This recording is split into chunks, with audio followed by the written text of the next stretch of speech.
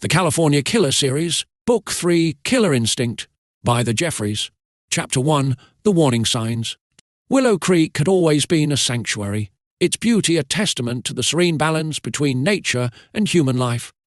Nestled between rolling hills and dense forests, the town was a haven where people knew their neighbors, children played freely in the streets, and the air was always filled with the scent of pine and blooming flowers.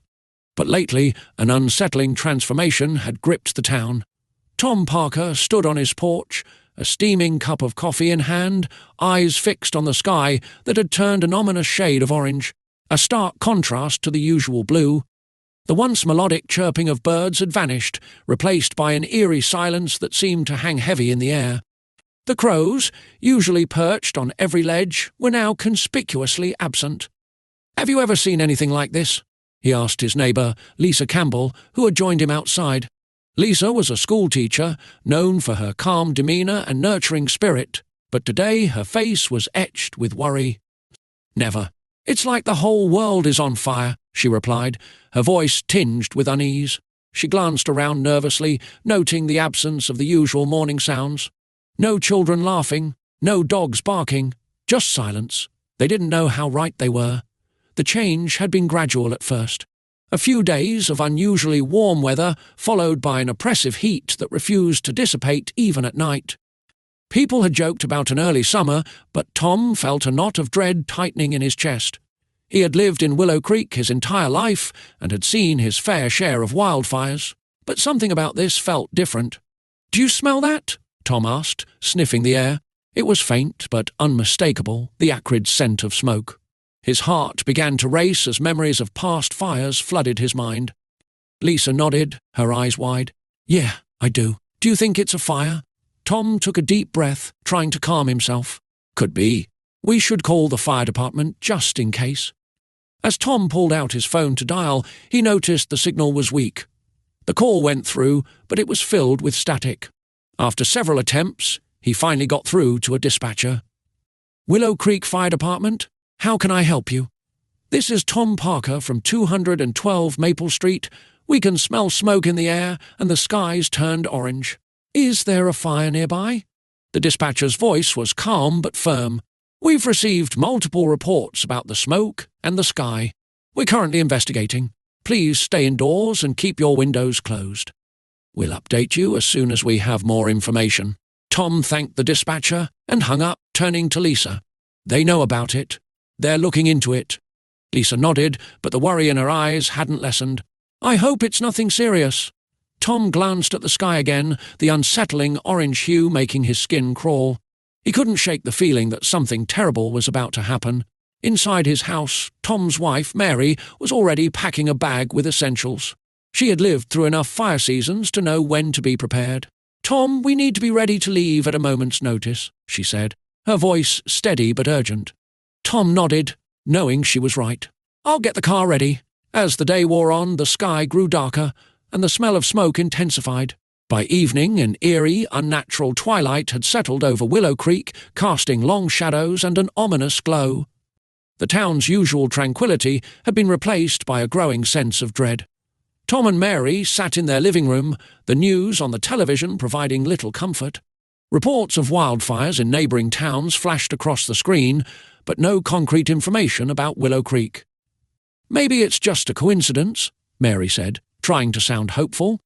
"Fires happen every year. This could be nothing." Tom nodded, but he couldn't shake the feeling that they were in the eye of the storm. "Let's hope you're right." As night fell, the sky turned from orange to a deep, angry red. The air was thick with smoke, and the oppressive heat made it hard to breathe. Tom and Mary decided to sleep in the living room, closer to the front door, just in case they needed to leave quickly. Tom lay on the couch, staring at the ceiling, unable to sleep. His mind raced with thoughts of what could happen, of how they would protect their home and each other. He reached over and took Mary's hand, squeezing it gently. "We'll be okay," he whispered, more to himself than to her. Mary squeezed back, her eyes closed, but her mind as restless as his. "I know," she whispered. "We always are." Outside, the town of Willow Creek was eerily quiet, as if holding its breath, waiting for the first crackle of flames, the first sign that their sanctuary was under siege. The night stretched on, filled with the heavy silence of anticipation as the residents of Willow Creek unknowingly stood on the brink of a nightmare. Chapter 2. The First Survivor. It was 3 a.m. when the sirens began to wail. The sounds sliced through the stillness of the night, jolting John and Sarah Thompson awake. The couple had been married for 12 years, and they knew the sound all too well. It was the fire alarm, a harbinger of disaster. John groggily dismissed it, his eyes still half closed as he tried to settle back into his pillow. "It's probably a false alarm," he mumbled, turning over to go back to sleep. But Sarah wasn't convinced. She had a feeling in the pit of her stomach, an instinct that told her something was wrong. She noticed an unusual orange glow seeping through the curtains. "John, look at the sky," she urged, nudging him awake. Her voice carried a note of urgency that pierced through John's sleepiness. John groaned but got up, rubbing his eyes as he squinted at the window. His eyes widened in shock as he took in the sight. "Holy shit! Fire!" The sky was ablaze, an inferno of orange and red that looked like the end of the world. Sarah's phone wasn't working, no signal, no Wi-Fi. Panic set in as she ran to wake their children, Emma and Jake, who were still fast asleep, unaware of the danger looming outside. "Emma, Jake, wake up! We need to leave now!" Sarah shook them gently but urgently. The children stirred, their sleepy faces quickly morphing into fear as they saw the panic in their mother's eyes. John tore open the curtains, revealing a nightmarish scene. Flames were approaching their home, devouring everything in their path. The heat was intense, even through the glass, and the roar of the fire was like a monster growling outside their door. "Grab the kids," John yelled. He scooped up Jake while Sarah grabbed Emma, and they rushed towards the pool, their only refuge. The water might offer some protection from the flames, at least for a little while. As they jumped into the pool, their elderly neighbours, the Johnsons, tried to follow but succumbed to smoke inhalation. John watched helplessly as Mr. Johnson collapsed on the lawn, his wife crying out for help that couldn't come. The guilt tore at John's heart, but he had to focus on saving his own family. The heat was unbearable, even in the water. John held Jake tightly, whispering words of comfort as the boy cried. Sarah did the same with Emma, her heart breaking as she tried to reassure her daughter that everything would be okay. Minutes felt like hours as they waited, submerged in the pool, the flames licking closer and closer. The roar of the fire was deafening and the air was thick with smoke. John's muscles ached from holding Jake, but he refused to let go. Finally, the sound of fire engines broke through the chaos. Firefighters arrived, their hoses spraying water and foam to battle the blaze. John felt a surge of hope as he saw them approaching, but he knew they weren't out of danger yet. With Herculean effort, John managed to signal to a firefighter who quickly came to their aid. The firefighter helped pull Sarah and Emma out of the pool first, then returned for John and Jake. The children were coughing and crying, their faces streaked with soot and tears, but they were alive. The family of 4 survived the inferno, but the trauma would stay with them forever. They watched in horror as their home burned to the ground, the place where they had built their lives reduced to ashes. At the remembrance gathering, a sombre event held a week after the fire, John stood at the podium, holding Sarah's hand. Their children sat close by, visibly shaken but proud of their parents' bravery. "Good evening," John began, his voice steady despite the lump in his throat. "My name is John Thompson, and this is my wife Sarah. We're here to share our story of survival. It was 3 a.m. when the sirens woke us." As John spoke, the audience was captivated by the raw emotion and vivid details of their harrowing experience. He recounted the terror of that night, the desperate scramble to save their children, and the heartbreaking loss of their neighbours. When he finished, the room erupted in applause, a tribute to their courage and resilience. The Thompsons knew that their lives would never be the same, but they were grateful for each other and for the second chance they had been given. Together, they vowed to rebuild and to cherish every moment, knowing how fragile life could be. Chapter 3. The Veterans. Donovan and Benjamin Harris, Marine veterans who had seen the worst of humanity in war, had prepared for this day for years. They were brothers, bound by blood and the shared trauma of combat. When they returned home from their tours, they found solace in each other and in the small town of Willow Creek. Anticipating that disaster could strike anywhere, they had built a bunker in anticipation of a catastrophe.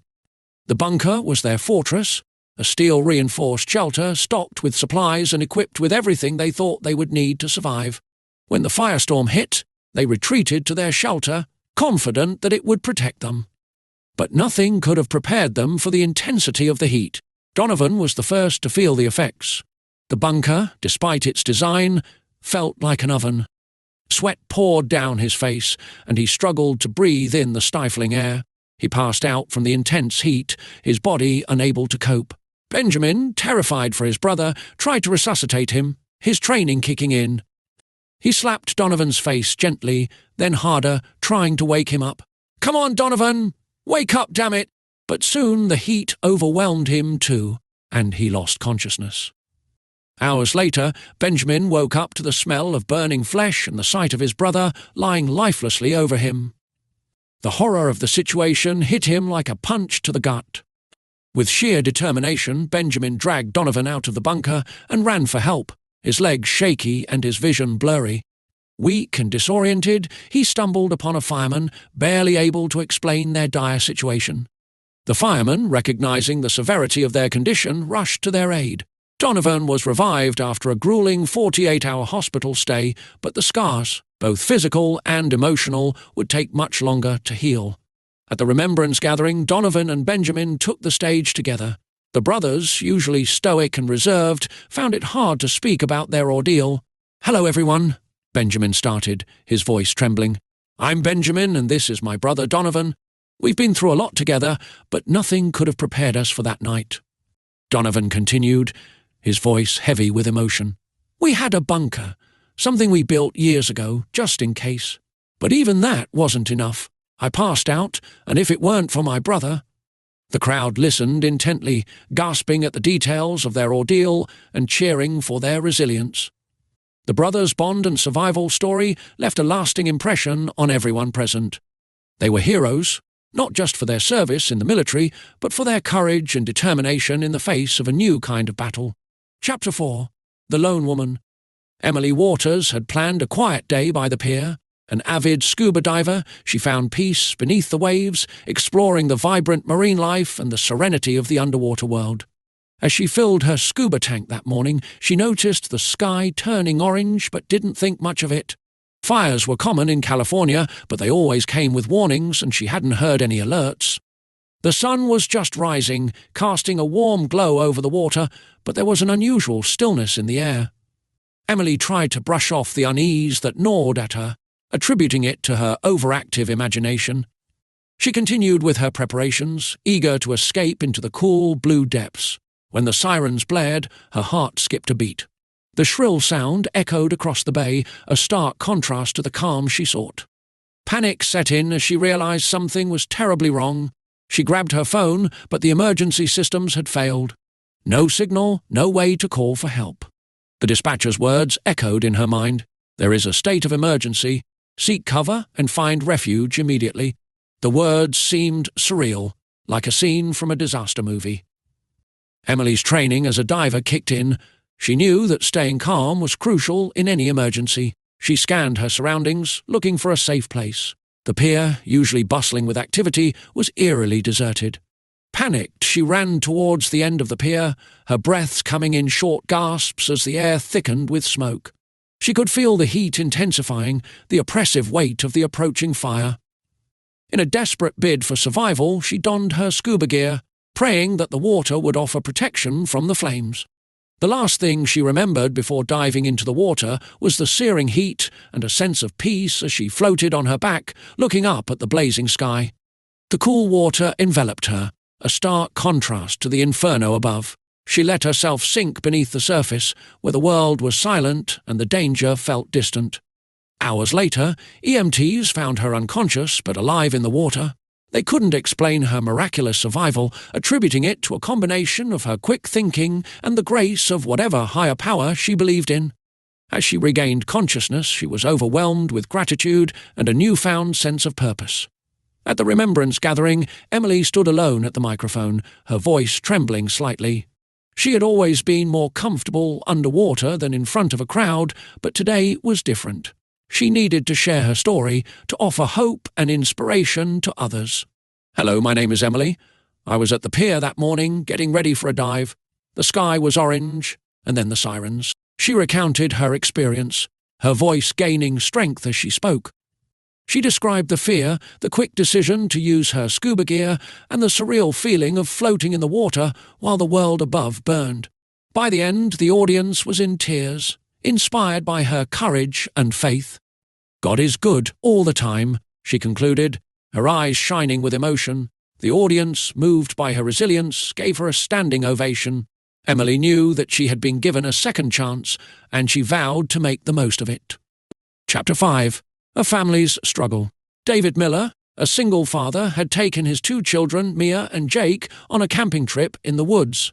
It was supposed to be a weekend of bonding and adventure, away from the distractions of modern life. They had no cell service and were blissfully unaware of the impending disaster. The forest was a sanctuary for David, a place where he could connect with his children and teach them about the beauty of nature. That evening, as they sat by the campfire roasting marshmallows, Mia pointed to the sky. "Dad, look at the sky," she said, her voice filled with wonder. David glanced up, his face paling as he saw the ominous orange glow. His first instinct was to stay calm, not wanting to frighten the kids. "We need to leave." "Now," he said, his voice steady but urgent. They quickly packed their things and started hiking back to their car, but the fire spread rapidly, cutting off their path. The crackling of the flames grew louder, and the smell of smoke filled the air. With no other option, David led his children towards a nearby river, the only place he could think of that might offer some protection. "We need to get to the water. It's our only chance," he told them, his voice calm despite the fear in his eyes. He held Mia's hand tightly, his grip reassuring, while Jake followed closely behind, clutching his father's backpack. As the flames closed in, they jumped into the river and clung to each other, the cold water a stark contrast to the searing heat around them. The current was strong, but David managed to keep the children close, whispering words of comfort and encouragement. Hours later, they were rescued by firefighters who found them huddled together on the riverbank, exhausted but alive. At the remembrance gathering, David spoke next, holding Mia and Jake close. The experience had brought them even closer together, strengthening their bond in ways he hadn't thought possible. "We were camping when the fire started. It was terrifying, but we made it because we stayed together," he said, his voice cracking with emotion. "I'm grateful to the firefighters who saved us and to my kids for being so brave." The audience applauded, many wiping away tears. David knew that the ordeal had changed them all, but it had also made them stronger. They had faced the worst and survived, and for that, he was profoundly grateful. Chapter 6. The Elderly Couple. Marjorie and Harold Johnson had lived in Willow Creek for over 50 years. Their home was filled with memories, every corner a testament to a life well lived. When the fire broke out, they were determined to stay and protect their home. To them, it wasn't just a house, it was a lifetime of love and hard work. "Harold, we need to leave," Marjorie urged, her voice filled with worry as she watched the flames inch closer. But Harold shook his head, his jaw set in stubborn determination. "This is our home. We can't just leave it." They filled buckets with water and tried to douse the flames, but it was no use. The fire was too strong, the heat too intense. Realizing they couldn't save the house, they decided to flee, but by then the fire had surrounded them. "We have to make it to the car," Harold said, grabbing Marjorie's hand. They ran through the smoke and flames, coughing and stumbling, until they reached their vehicle. Harold drove away just as the fire consumed their home, the place where they had raised their children and built their lives. At the remembrance gathering, Marjorie and Harold shared their story, holding hands tightly. The loss of their home was devastating, but they were grateful to have each other. "We lost everything, but we still have each other," Marjorie said, her voice filled with emotion. "And that's what matters most." The audience stood and applauded, moved by their love and resilience. Marjorie and Harold knew that rebuilding their home would take time, but they had faced many challenges together, and they would face this one with the same determination and love that had carried them through the years.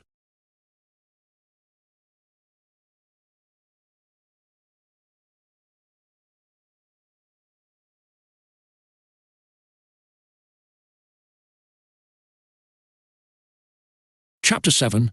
The Firefighter's Tale. Captain James O'Connor, a firefighter with over 20 years of experience, had been on the front lines battling the blaze. He had seen the devastation firsthand and had saved countless lives, but the memory of one rescue haunted him. "We were called to a house on the outskirts of town," he began, his voice steady but filled with emotion. "The flames were everywhere. We didn't think anyone could still be inside, but then we heard a cry for help. James and his team broke down the door and found a young girl trapped under a fallen beam. They worked quickly to free her, but as they carried her out, the house collapsed behind them, engulfed in flames. She was only 6 years old," James said, his voice breaking. "We saved her, but she lost her parents. I'll never forget the look in her eyes." At the remembrance gathering, James stood tall, his eyes filled with unshed tears. He had seen the worst of the fire's fury, but he also saw the strength and resilience of those who survived. "We did everything we could, but sometimes it just isn't enough," he said. "I'm proud of my team and the lives we saved, but I'll always remember those we couldn't." The audience rose to their feet, applauding the bravery and dedication of the firefighters. James knew that he and his team had done their best, and he took comfort in the lives they had managed to save, even as he mourned those who were lost. Chapter 8. A Town Rebuilds. In the aftermath of the fire, the residents of Willow Creek came together to rebuild their town. They organised fundraisers, collected donations, and worked tirelessly to restore what had been lost. The spirit of the community was unbroken, and they drew strength from each other as they faced the daunting task ahead. Mayor Johnson addressed the crowd at the remembrance gathering, his voice filled with pride and determination. "This fire was a tragedy, but it also brought out the best in us," he said. "We've seen incredible acts of bravery and kindness. We've come together as a community and we will rebuild." The survivors shared stories of hope and resilience, highlighting the strength of the human spirit in the face of disaster. Each story was a testament to the courage and determination of the people of Willow Creek. At the remembrance gathering, John, Sarah, Donovan, Benjamin, Emily, David, Marjorie, Harold, and Captain James stood together on stage, representing the town's strength and unity. "We survived because we were strong, but also because we had each other," John said. "Let's never forget that." As the sun set, casting a warm glow over the town, the survivors and residents of Willow Creek found solace in their shared strength and determination to rebuild and move forward. They knew that the road ahead would be long, but they were ready to face it together. Chapter 9. The Healing Process. Rebuilding the town was just the first step. The emotional scars left by the fire would take much longer to heal. Support groups were formed, and therapy sessions were offered to help residents cope with their trauma. The fire had not only destroyed homes and taken lives, but had also left deep psychological wounds that needed time and care to heal. John and Sarah Thompson attended a support group for survivors. It was held in a small community centre, the walls adorned with pictures of the town before the fire. Each week, survivors gathered to share their experiences and offer support to one another. "I still wake up at night, thinking I hear the sirens," John admitted during one session. His voice was steady, but his eyes revealed the lingering fear. "It's hard to move on." Sarah squeezed his hand, offering silent support. "We're here, and we're safe. That's what matters," she said, trying to comfort both him and herself. The memories of that night haunted her too, but she knew they had to keep moving forward for the sake of their children. Donovan and Benjamin Harris sought therapy to deal with their survivors' guilt. The bond between the brothers had always been strong, but the fire had tested it in ways they had never imagined.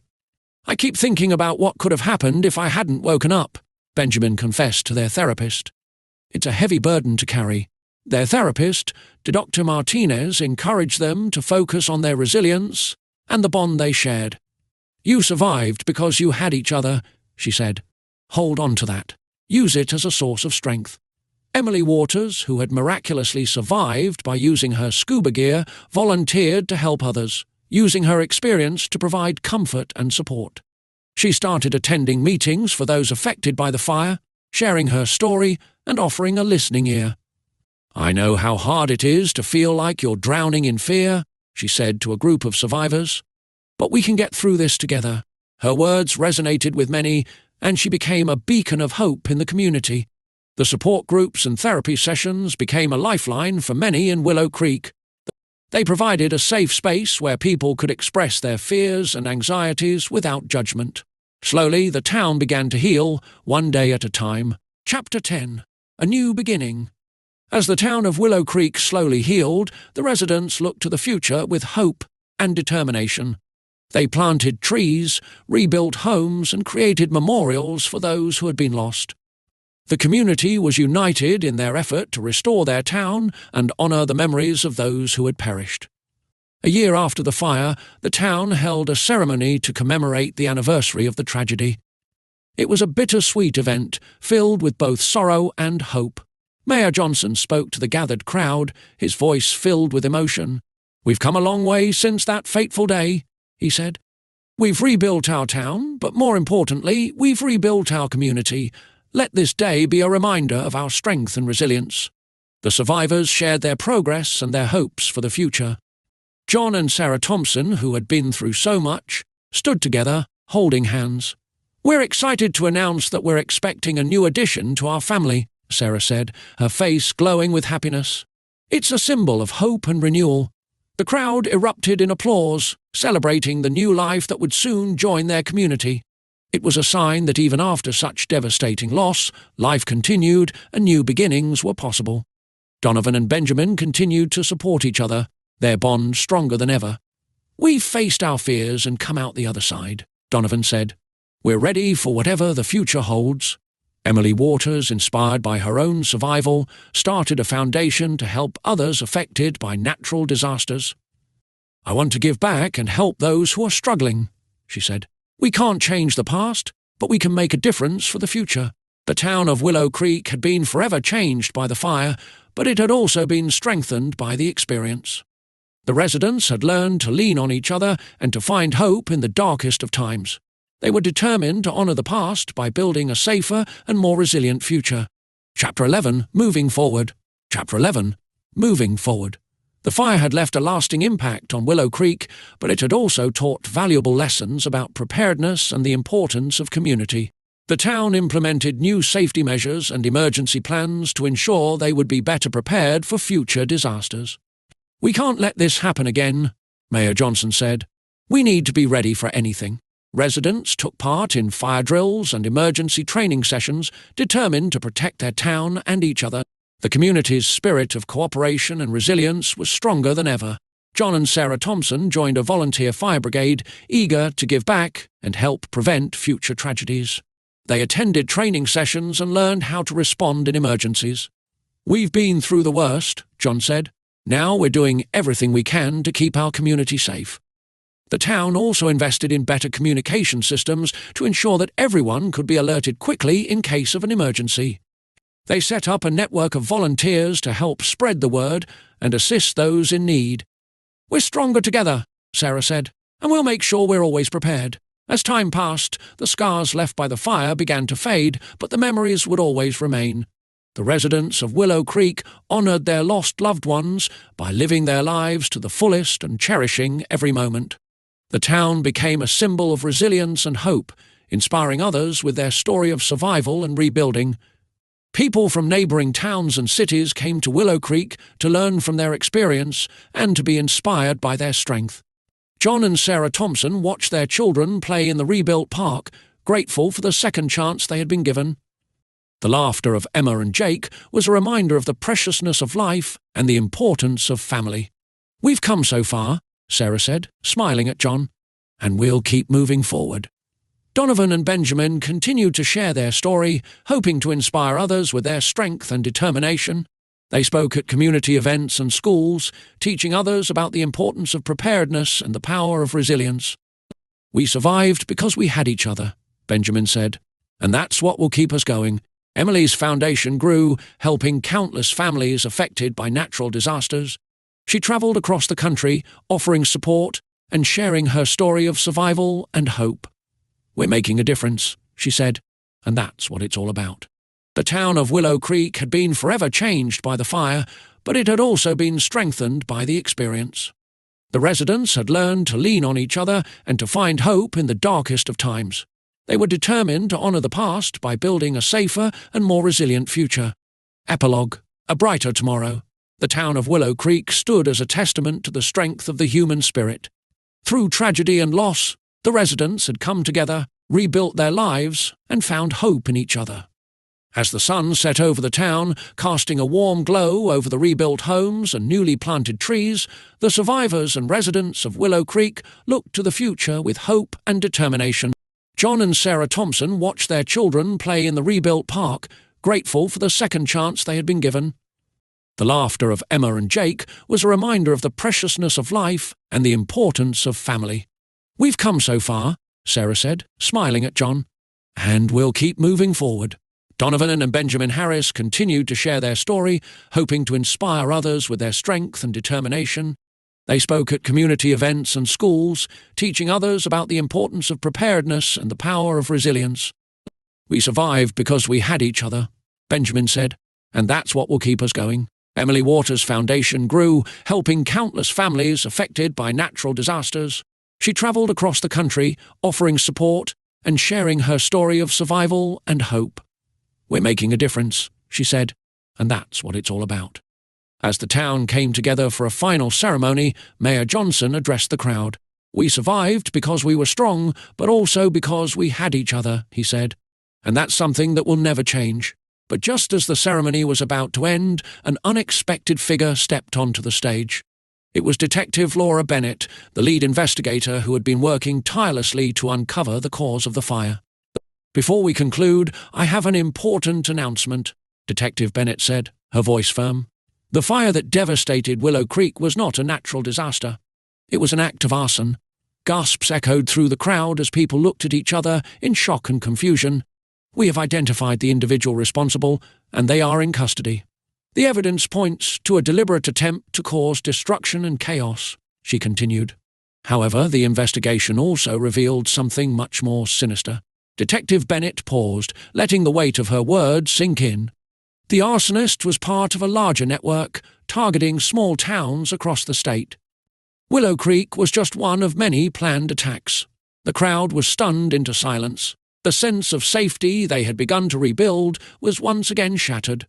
"But," Detective Bennett added, her voice filled with determination, "because of the bravery and resilience of this community, we were able to stop them before they could strike again. Your strength and unity have not only saved Willow Creek, but have also protected countless other towns." The audience, though shaken, erupted in applause. The revelation was a shock, but it also highlighted the true power of their community spirit. John and Sarah held each other close, realizing that their fight wasn't just against the fire, but against those who sought to destroy their way of life. They were more determined than ever to protect their home and their family. Donovan and Benjamin exchanged glances, a silent vow to remain vigilant and continue their efforts in safeguarding their town. Emily felt a renewed sense of purpose. Her foundation's mission was now clearer than ever, to support communities not just in the aftermath of disasters, but in preventing them. As the crowd began to disperse, the residents of Willow Creek knew that their journey was far from over. They had faced unimaginable challenges and emerged stronger, and they were ready to face whatever the future held. With the mystery of the fire's origin revealed and a new threat on the horizon, Willow Creek's story was far from over. But one thing was certain: they would face it together, with resilience, courage, and an unwavering sense of community. Thank you listening. This completes Book 3 of the California Killer series, Killer Instinct.